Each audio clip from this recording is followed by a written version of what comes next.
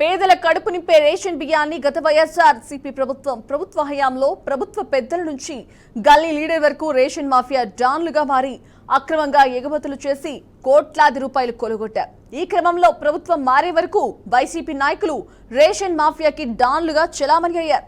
అయితే వైసీపీ ప్రభుత్వం మారి కూటమి ప్రభుత్వం అధికారంలోకి రావడంతో రేషన్ మాఫియాకు డాన్లు కూడా మారుతున్నారు.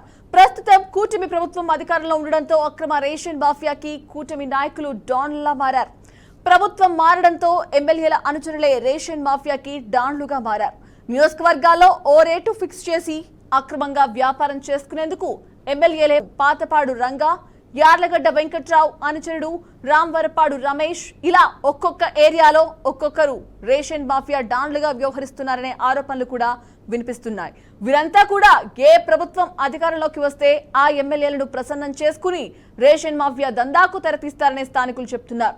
ఇలా ఎమ్మెల్యే అనుచరులు మాత్రమే రేషన్ అక్రమ రవాణా చేసుకోవాలని, తమ నియోజకవర్గంలో రేషన్ వ్యాపారం చేసుకోవటానికి ఎమ్మెల్యేలు ఒక రేటు ఫిక్స్ చేశారనే ఆరోపణలు కూడా వినిపిస్తున్నాయి. మరోవైపు ఎమ్మెల్యే అనుచరులు మాత్రమే రేషన్ బియ్యం ఇవ్వాలని రేషన్ డిపో యజమానులకు కూడా జిల్లా స్థాయి సివిల్ సప్లై అధికారులు హుకుం జారీ చేసినట్టు తెలుస్తోంది. రాష్ట్రంలో ఒక్కొక్క ప్రాంతంలో ఒక్కో మాఫియాడాలున్నారు.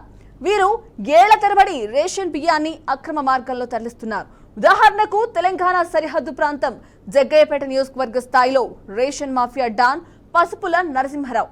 ఇతను లింగాల గ్రామాన్ని అడ్డాగా చేసుకుని అక్రమ రేషన్ రవాణా చేస్తాడు.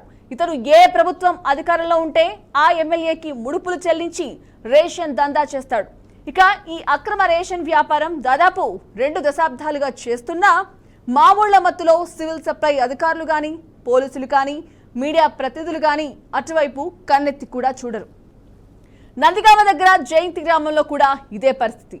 ఇతనైతే ప్రతి నెల 20 నుంచి 30 లారీల రేషన్ బియ్యాన్ని కాకినాడ పోర్ట్ నుంచి పంపిస్తాడు. నందిగామ నుండి రేషన్ లారీలు బయలుదేరిన దగ్గర నుండి కాకినాడ చేరే వరకు ఏ అధికారి లారీ ఆపకుండా ఉండడానికి దారి పొడవునా మామూలు చెల్లించుకుంటూ ఈ అక్రమ రేషన్ కాకినాడ పోర్టు వరకు చేరుస్తాడు. అయితే అక్రమ రేషన్ మాఫియాపై సిట్ ఏర్పాటు కావడంతో కాకినాడ పోర్టులో అక్రమ రేషన్ రవాణాకి అడ్డుకట్టపడింది. దీంతో రూటు మార్చిన అక్రమార్కులు ఛత్తీస్గఢ్, గుజరాత్, నెల్లూరు పంపిస్తున్నారు. ఇదిలా ఉంటే ఈ రేషన్ మాఫియాలో అందరి హస్తం ఉంది. రేషన్ డిపో యజమానులు, ఎండిఓ వ్యాన్ డ్రైవర్లు, సివిల్ సప్లై ఆర్ఐలు, సివిల్ సప్లై జిల్లా స్థాయి నుంచి రాష్ట్ర స్థాయి అధికారులు, పోలీసులు, విజిలెన్స్ అధికారులు, చెక్ పోస్ట్ సిబ్బందితో పాటు మీడియా ప్రతినిధులకు సైతం రేషన్ మాఫియాలో వాటాలు ఉన్నాయి అనే ఆరోపణలు కూడా వెల్లువెత్తుతున్నాయి. అయితే డిప్యూటీ సీఎం పవన్ కళ్యాణ్ దెబ్బకి కాకినాడ పోర్టుకు రేషన్ అక్రమ రవాణా చేయడానికి వీలు లేకపోవడంతో అక్రమార్కులు రూటు మార్చి రేషన్ బియ్యాన్ని గుజరాత్, నెల్లూరు, ఛత్తీస్గఢ్, తమిళనాడుకు రోడ్డు మార్గాన తరలిస్తున్నట్టు తెలుస్తోంది. ఓ పక్క సీఎం చంద్రబాబు, మరోపక్క డిప్యూటీ సీఎం పవన్ కళ్యాణ్ ఈ అక్రమ రేషన్ రవాణా అరికట్టడానికి సిట్ ఏర్పాటు చేస్తే ఇలా ఎమ్మెల్యే అనుచరులు రేషన్ మాఫియా డాన్లుగా చెలరేగిపోతుంటే ప్రభుత్వ లక్ష్యం ఎలా నెరవేరుతుందనే సందేహాలు కూడా వ్యక్తమవుతున్నాయి. గ్రామ స్థాయి నుండి ప్రక్షాళన చేస్తే గానీ ఈ అక్రమ రవాణాకు అడ్డుకట్టపడదని పలువురు సూచిస్తున్నారు.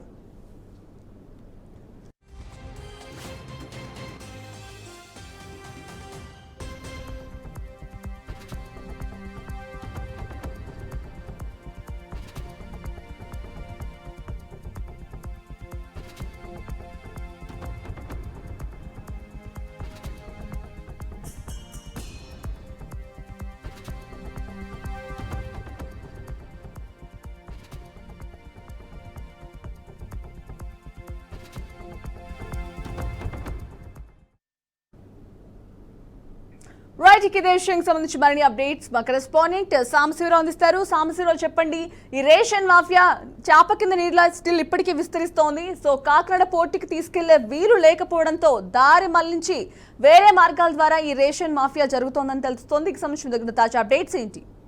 మొత్తంగా చూసుకోవచ్చు, వైసీపీ ప్రభుత్వంలో ఈ రేషన్ మాఫియా అనేది చెలరేగిపోయిందనే చెప్పుకోవాలి. ఎందుకంటే ఈ రేషన్ మాఫియా అనేది కాకినాడ పోర్టు అడ్డాగా ఇక్కడ నుంచి రాష్ట్రంలో ఉన్నటువంటి ప్రతి నియోజకవర్గం నుంచి కూడా రేషన్ అక్రమంగా తరలిపోతున్నటువంటి పరిస్థితులు మనం ప్రత్యక్షంగా చూసాం. కాకపోతే ఇప్పుడు ఉన్నటువంటి సిచ్యువేషన్ లో కూడా ఎవరైతే ఆ రేషన్ మాఫియా డాన్లుగా ఉన్నారో ప్రభుత్వం మారింది తప్పితే ఎక్కడ కూడా ఆ డాన్లు అనే వాళ్ళు మాత్రం రేషన్ మాఫియాలో డాన్ ఎవరైతే వ్యవహరిస్తున్నారో వాళ్ళు మాత్రం మారలేదనే చెప్పాలి. ఎక్కడ కూడా ఈ రేషన్ మాఫియా అనేది అక్కడ ఆగని పరిస్థితి ఉందని చెప్పుకోవచ్చు. ఎందుకంటే ఇది ముఖ్యంగా ఎమ్మెల్యేల కనుసన్నల్లోనే జరుగుతుందని అనడంలో ఏమాత్రం కూడా సందేహం లేదు. వాళ్ళు అక్కడ ఉన్నటువంటి స్థానికంగా ఉన్నటువంటి ఎమ్మెల్యేలు ఎవరైతే ఉన్నారో వాళ్ళు పూర్తిగా కూడా ఏరియాలో ఉన్నటువంటి రేషన్ మాఫియాకి సంబంధించినటువంటి వ్యక్తులు ఎవరైతే ఉన్నారో వాళ్ళకి పూర్తిగా అప్పచెప్తున్నటువంటి పరిస్థితి అయితే ఉందని చెప్పుకోవచ్చు. ఎందుకు మరి అంటే ఇక్కడ రేషన్ ఎక్కడి నుంచి వస్తుంది, రేషన్ ఎవరు ఇస్తున్నారు, ఇది ఎంత వాటాలు పోతున్నాయి అనేది మాత్రం పూర్తి స్థాయిలో కూడా అందరికీ తెలిసినటువంటి ఇది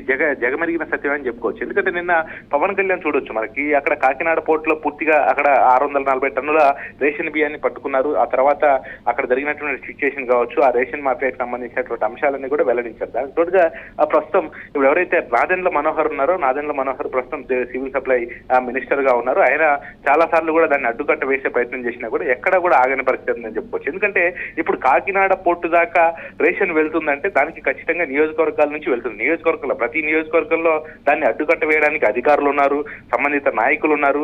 ఎక్కడ కూడా దానికి అడ్డుకట్ట వేయట్లేదు అంటే ఇక్కడ ఉన్నటువంటి నాయకులకు కానీ అక్కడ ఉన్నటువంటి సంబంధిత అధికారులకు కానీ ఎప్పటికప్పుడు కూడా ప్రతి నెల కూడా వాళ్ళకి అందాల్సినటువంటి మామూలు అందుతున్నటువంటి పరిస్థితి అయితే కనబడతా ఉంది. ఇక్కడ నుంచి లారీ లోడ్ కాకినాడ వెళ్ళిపోతుందంటే ఎందుకు వెళ్ళిపోతుంది, ఇక్కడ అధికారులు ఏం చేస్తున్నారు అని చెప్పి దాని మీద పూర్తి స్థాయిలో కూడా సందేహం వస్తున్నటువంటి పరిస్థితి ఉంది. కృష్ణా జిల్లానే కదా, రాష్ట్రంలో ఉన్నటువంటి ప్రతి నియోజకవర్గంలో ఇదే పరిస్థితి ఉంది. ప్రస్తుతం ఆ కృష్ణా జిల్లాలో ఉన్నటువంటి జగ్గయ్యపేట కానీ నందిగాం కానీ ఇక్కడ పూర్తి స్థాయిలో కూడా ఎవరికి వాళ్ళకి ఒక నియోజకవర్గంలో ఒక వ్యక్తికి పూర్తి స్థాయిలో అక్కడ బాధ్యతలు అప్పచెప్పడం, ఆ నియోజకవర్గంలో ఉన్నటువంటి రేషన్ ఏదైతే ఉంటుందో ఆ పేద ప్రజలకు అందాల్సినటువంటి రేషన్ పూర్తి స్థాయిలో కూడా కొంతమంది దళారులు అక్కడ నుంచి తీసుకొని ఆ రేషన్ ఎవరైతే డీలర్స్ ఉంటారో డీలర్స్ తో సత్సంబంధాలు పెట్టుకొని పూర్తిగా కూడా అక్కడ ఉన్నటువంటి ఆ దళారులకు ఇవ్వటం, ఆ దళారులు దాన్ని ఎక్కువ మొత్తంలో సొమ్ము చేసుకోవటం, అక్కడ ఉన్నటువంటి పోలీసులకు కానీ అక్కడ ఉన్నటువంటి మీడియా ప్రతినిధులకు కానీ అక్కడ ఉన్నటువంటి అధికారులకి నాయకులకి వీళ్ళందరికీ కూడా లంచాలు ఇస్తున్నారు. అంటే ఇంతమందికి లంచాలు ఇస్తున్నారంటే వాళ్ళకి ఏ స్థాయిలో కూడా ఆ మాఫియాలో ఎన్ని లక్షలు ఎన్ని కోట్ల రూపాయలు వాళ్ళు కొల్లగొడుతున్నారో ఇట్టే అర్థం చేసుకోవచ్చు అని చెప్పుకోవచ్చు. ఎందుకంటే ఇప్పటికే మన పవన్ కళ్యాణ్ చేసినటువంటి ఆ కాకినాడలో ఎప్పుడైతే ఆయన చెక్ పెట్టారో దానికి సంబంధించి కొంత రేషన్ మాఫియా డాన్లు అనే వాళ్ళు కొంత జంకినప్పటికీ దాన్ని వేరే విధంగా కూడా పూర్తి స్థాయిలో కూడా మళ్లించే ప్రయత్నం చేస్తా ఉన్నారు. దాన్ని నెల్లూరు కానీ ఇతర రాజస్థాన్, మధ్యప్రదేశ్ అటువంటి ప్రాంతాలకు కూడా ఇతర ప్రాంతాల నుంచి లోన్లు తరలించి అక్కడ నుంచి మళ్ళీ ఆ ఇంపోర్ట్ ఎక్కడికైతే ఇతర ప్రాంతాలకు పంపించే ప్రయత్నం అయితే చేస్తా ఉన్నారని చెప్పుకోవచ్చు. ఎందుకంటే ఇప్పటికే ఏపీ ప్రభుత్వం రేషన్ మాఫియాకు సంబంధించి కాకినాడ వ్యవహారంలో ఒక సిట్ను కూడా ఏర్పాటు చేయడం జరిగింది. ఆ సిట్ని ఏర్పాటు చేసినటువంటి నేపథ్యంలో ఇప్పుడు పూర్తిగా కూడా అక్కడికి వెళ్ళినటువంటి రేషన్ ని వాళ్ళు పట్టుకునేటువంటి అవకాశం ఉంది. కాబట్టి దాన్ని వేరే మార్గంలో కూడా మళ్లించడానికి అయితే తీవ్ర ప్రయత్నాలు చేస్తున్నటువంటి పరిస్థితి అయితే కనపడతా ఉంది. మరి ఇదంతా జరుగుతున్నాయి, ఈ తంతంతా జరుగుతుంది. ఎందుకంటే ఎక్కడ కూడా ఎమ్మెల్యే స్థాయికి ఎమ్మెల్యేకి తెలియకుండా అయితే ఈ యొక్క దంద జరగడం లేదనేది అందరికీ తెలిసినటువంటి సత్యం. కాకపోతే ఎందుకు దీన్ని కట్టడి చేయలేకపోతా ఉన్నారు? రేషన్ మాఫియా అనేది రాష్ట్రంలోనే పెద్ద అంశంగా మారుతుంది.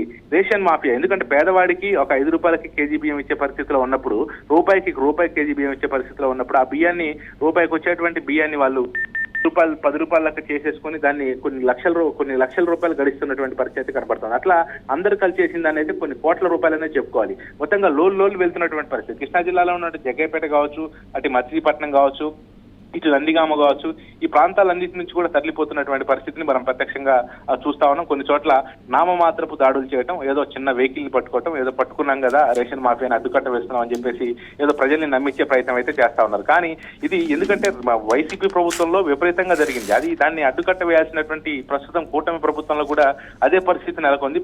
కాబట్టి ఆ పరిస్థితిని ఖచ్చితంగా కంట్రోల్ చేయాలి. ఎవరైతే ఈ రేషన్ మాఫియాలో కీలక పాత్ర పోషిస్తున్నారో అది ప్రజాప్రతినిధులు కావచ్చు, అధికారులు కావచ్చు, వాళ్ళపై చర్యలు తీసుకోవాలని చెప్పేసి మాత్రం స్థానికులు కోరుకుంటున్నటువంటి పరిస్థితి ఉంది. ఎందుకంటే పేదవాడికి అందాల్సినటువంటి బియ్యం పేదవాడికి అందకుండా ఎవరైతే కొంతమంది దళారులు ఉన్నారో వాళ్ళు పందికొక్కుల్లా బుక్కుతున్నటువంటి పరిస్థితి, వాటిని సొమ్ము చేసుకుంటూ కోట్ల రూపాయలు గడిస్తా ఉన్నారు. ఒక పక్క ఎక్కడికక్కడ కూడా ఇక్కడ నుంచి రాష్ట్రం నుంచి కూడా పూర్తిగా పేదవాడికి అందాల్సినటువంటి రేషన్ బియ్యం ఇతర ప్రాంతాలకు తరలిపోతా ఉంది. ఒక పక్క అధికారులు, ఎమ్మెల్యేలు కూడా దీంట్లో కీలక పాత్ర పోషిస్తా ఉన్నారు.